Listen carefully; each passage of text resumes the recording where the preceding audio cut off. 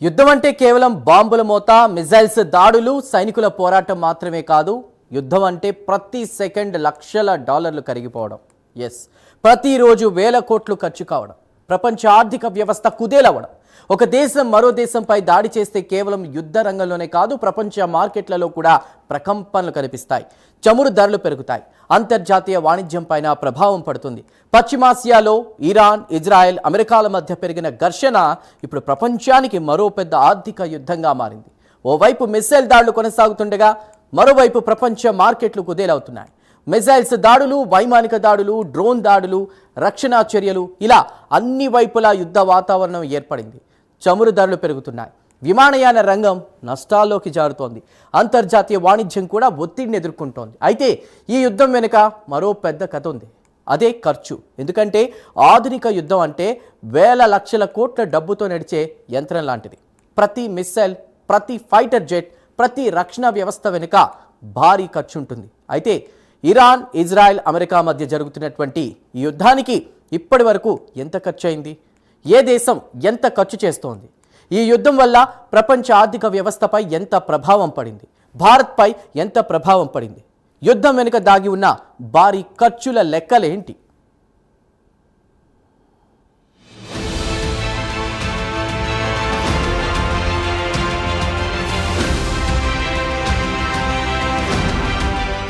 యుద్ధం మొదలైనప్పటి నుంచి ప్రతిరోజు బిలియన్ డాలర్ల స్థాయిలో వ్యయం జరుగుతోందని అంతర్జాతీయ విశ్లేషకులు అంచనా వేస్తున్నారు. ఒక దేశం మాత్రమే కాదు, యుద్ధంలో ప్రత్యక్షంగా లేదా పరోక్షంగా పాల్గొన్న ప్రతి దేశం తమ సైనిక సామర్థ్యాన్ని పెంచుకునేందుకు భారీగా ఖర్చు చేస్తోంది. రక్షణ నిపుణుల అంచనాల ప్రకారం ఈ యుద్ధం మొదలైన తర్వాత ఒక్క ఇజ్రాయెల్కే రోజుకు సుమారు 725 మిలియన్ డాలర్లు, అంటే దాదాపు 6,000 నుంచి 6,300 కోట్ల రూపాయలు సైనిక ఖర్చయినట్లు అంచనా. ఈ లెక్కలో వైమానిక దాడులు, మిస్సైల్ రక్షణ వ్యవస్థలు, సైనిక మోహరింపు, డ్రోన్లు, రాడార్ వ్యవస్థలు, ఇంధనం, ఆయుధాలు అన్నీ కలిపి ఉంటాయి. ఉదాహరణకు ఇరాన్ నుంచి వచ్చే బాలిస్టిక్ మిస్సైల్స్ ను అడ్డుకునే ప్రతి ఇంటర్సెప్టర్ మిస్సైల్ ధర $7 లక్షల నుంచి $40 లక్షల వరకు ఉంటుంది. ఒకేసారి వందల సంఖ్యలో మిస్సైల్స్ ను అడ్డుకోవాల్సి వస్తే ఒక్క రోజులోనే $100 మిలియన్ల ఖర్చవుతుంది.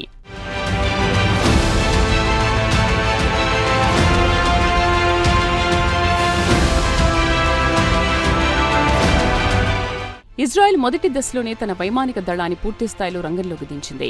ఇజ్రాయెల్ వైమానిక దాడులు చాలా ఖరీదైనవి. ప్రతి ఫైటర్ జెట్ కి లక్షల డాలర్లు ఖర్చవుతుంది. ఒకే రోజులో వందల సంఖ్యలో విమానాలు దాడులకు వెళ్లడం వల్ల రోజుకు $1 బిలియన్ పైగా ఖర్చయ్యే పరిస్థితి ఏర్పడింది.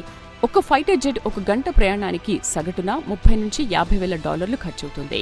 వందల ఫైటర్ జెట్లు ఒక్కరోజు యుద్ధంలో పాల్గొంటే ఖర్చు $100 మిలియన్ల చేరుతుంది. దీనికి తోడు మిసైల్ రక్షణ వ్యవస్థలు, గగనతల పర్యవేక్షణ వ్యవస్థలు, సైనిక సాంకేతిక పరిసరాలు అన్నీ కలిపి ఖర్చు మరింత పెరిగింది. ఇక మొదటి 2 రోజుల యుద్ధంలోనే ఇజ్రాయెల్ దాదాపు $1.45 బిలియన్ ఖర్చు చేసినట్లు అంచనా.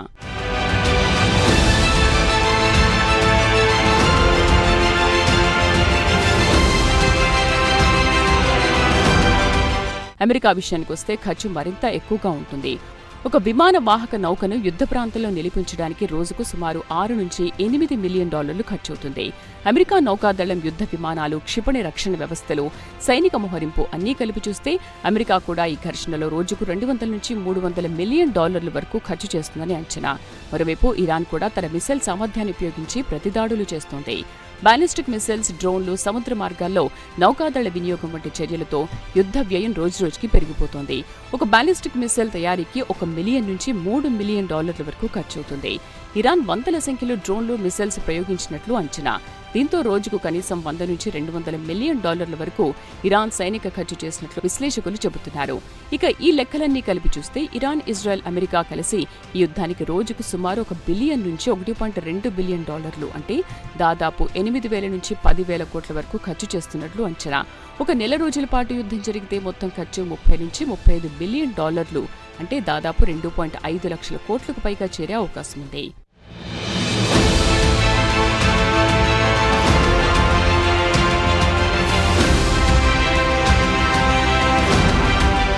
ఇక ఈ యుద్ధం కేవలం సైనిక రంగానికి మాత్రమే పరిమితం కాలేదు. ప్రపంచంలోని అన్ని రంగాలపైన దీని ప్రభావం పడింది. యుద్ధ ప్రభావం మొదట విమానయాన రంగంపైనే పడింది. పశ్చిమాసియా గగనతలం మూసివేయడంతో అనేక దేశాల విమాన మార్గాలను మార్చుకోవాల్సి వచ్చింది. పశ్చిమాసియా గగనతలం ప్రపంచ విమాన రవాణాలో కీలక మార్గం. యూరోప్, ఆసియా, ఆఫ్రికా మధ్య ప్రయాణించే వేలాది విమానాలు ఈ గగనతల మీదుగానే వెళ్తాయి. కానీ యుద్ధం ప్రారంభమైన తర్వాత తమ మార్గాలు మార్చుకోవాల్సి వచ్చింది. దీనివల్ల ప్రయాణ దూరం, సమయం, ఇంధన ఖర్చు పెరిగింది. ఒక విమాన మార్గం మార్చుకోవడం వల్ల ఒక్కో ప్రయాణానికి లక్షల డాలర్ల అదనపు ఖర్చయినట్లు అంచనా. ప్రపంచవ్యాప్తంగా రోజుకు వేల సంఖ్యలో విమానాలు మార్గం మార్చుకోవడంతో విమానయాన సంస్థలకు భారీ నష్టాలు ఎదురవుతున్నాయి. ప్రపంచ విమానయాన రంగానికి ఈ మార్పులు రోజుకు కోట్ల డాలర్ల అదనపు ఖర్చు తెచ్చిపెట్టినట్లు అంచనా. ఒక పెద్ద ఎయిర్లైన్ ఒక్క రోజు మార్గం మార్చుకోవడం వల్ల 5 నుంచి 10 మిలియన్ డాలర్ల వరకు అదనపు ఖర్చు పెరుగుతుంది. ప్రపంచవ్యాప్తంగా చూస్తే ఈ యుద్ధం కారణంగా విమానయాన రంగానికి వారానికి $2 బిలియన్ మేర నష్టం వచ్చే అవకాశం ఉంది.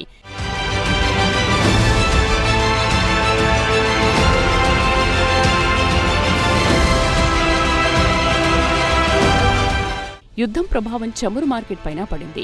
పశ్చిమాసియా ప్రపంచ చమురు సరఫరాలో కీలక ప్రాంతం. దీంతో అక్కడ ఏ చిన్న ఉద్రిక్తత వచ్చినా చమురు ధరలు వెంటనే పెరుగుతాయి. ఈ యుద్ధం కారణంగా ప్రపంచ మార్కెట్లో ముడి చమురు ధరలకు రెక్కలొచ్చాయి. ఇది రవాణా రంగం, తయారీ రంగం, విద్యుత్ ఉత్పత్తి రంగం వంటి వాటిపై నేరుగా ప్రభావం చూపించాయి. యుద్ధం ప్రారంభమైన తర్వాత ముడి చమురు ధరలు ఒక్కసారిగా పెరిగాయి.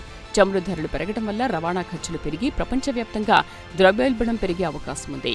యుద్ధం వల్ల సముద్ర వాణిజ్యంపై కూడా ప్రభావం పడుతోంది. పశ్చిమాసియా సముద్ర మార్గాలు ప్రపంచ వాణిజ్యంలో కీలక పాత్ర పోషిస్తాయి. ఇక్కడ ఉద్రిక్తతలు పెరిగితే సరుకు రవాణా ఖర్చులు పెరుగుతాయి, బీమా ఖర్చులు కూడా పెరుగుతాయి. కొన్ని నౌకలు ప్రమాద భయంతో మార్గం మార్చుకోవాల్సి వస్తుంది. దీనివల్ల సరుకుల సరఫరాలో ఆలస్యం జరుగుతుంది. దీంతో ప్రపంచ సరఫరా గొలుసుపైన దీని ప్రభావం కనిపించవచ్చు.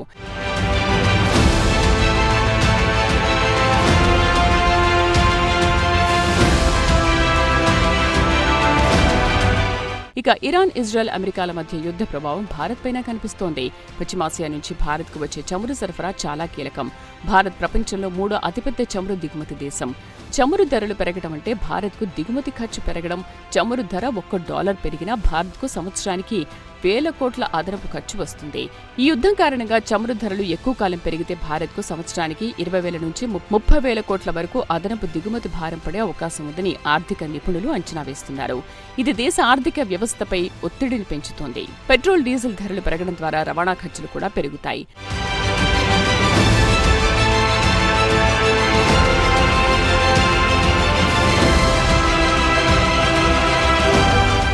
భారత విమానయాన రంగం కూడా ఈ యుద్ధ ప్రభావాన్ని ఎదుర్కొంటుంది. భారత్ నుంచి యూరప్, అమెరికా, పశ్చిమాసియా దేశాలకు వెళ్లే అనేక విమానాలు ఈ ప్రాంతం మీదుగా ప్రయాణిస్తాయి. ఇప్పుడు భద్రతా కారణాల వల్ల కొన్ని మార్గాలు మార్చుకోవాల్సి వచ్చింది. దీనివల్ల విమాన ప్రయాణ సమయం పెరగడంతో పాటు ఇంధన వినియోగం కూడా పెరిగింది. విమానయాన సంస్థలకు ఇది అదనపు ఖర్చుగా మారుతోంది. ముంబై విమానాశ్రయంలోనే ఒక రోజులో 57 అంతర్జాతీయ విమానాలు రద్దయ్యాయి. యూరప్, అమెరికా వెళ్లే అనేక విమానాలు మార్గం మార్చుకోవాల్సి వచ్చింది. టికెట్ ధరలు కూడా ఒక్కసారిగా పెరిగాయి. కొన్ని అంతర్జాతీయ ప్రయాణాల ధరలు 1.4 లక్షల వరకు పెరిగినట్లు నివేదికలు చెబుతున్నాయి.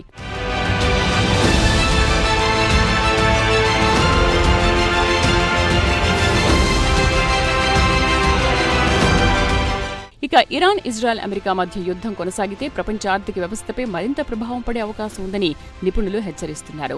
మొత్తం మీద చూస్తే ఈ యుద్ధం కేవలం 3 దేశాల మధ్య ఘర్షణగానే కాకుండా ప్రపంచ ఆర్థిక వ్యవస్థను ప్రభావితం చేసే స్థాయికి చేరుకుంది. రోజుకు వేల కోట్ల ఖర్చుతో సాగుతున్న ఈ యుద్ధం కొనసాగితే ప్రపంచ విమాన రంగం, చమురు మార్కెట్టు, అంతర్జాతీయ వాణిజ్యంపై ప్రభావం పడే ప్రమాదం ఉంది. దీంతో యుద్ధం ఎంతకాలం కొనసాగుతుందో అనేదే ఇప్పుడు ప్రపంచ ఆర్థిక వ్యవస్థ భవిష్యత్తును నిర్ణయించే కీలక అంశంగా మారింది.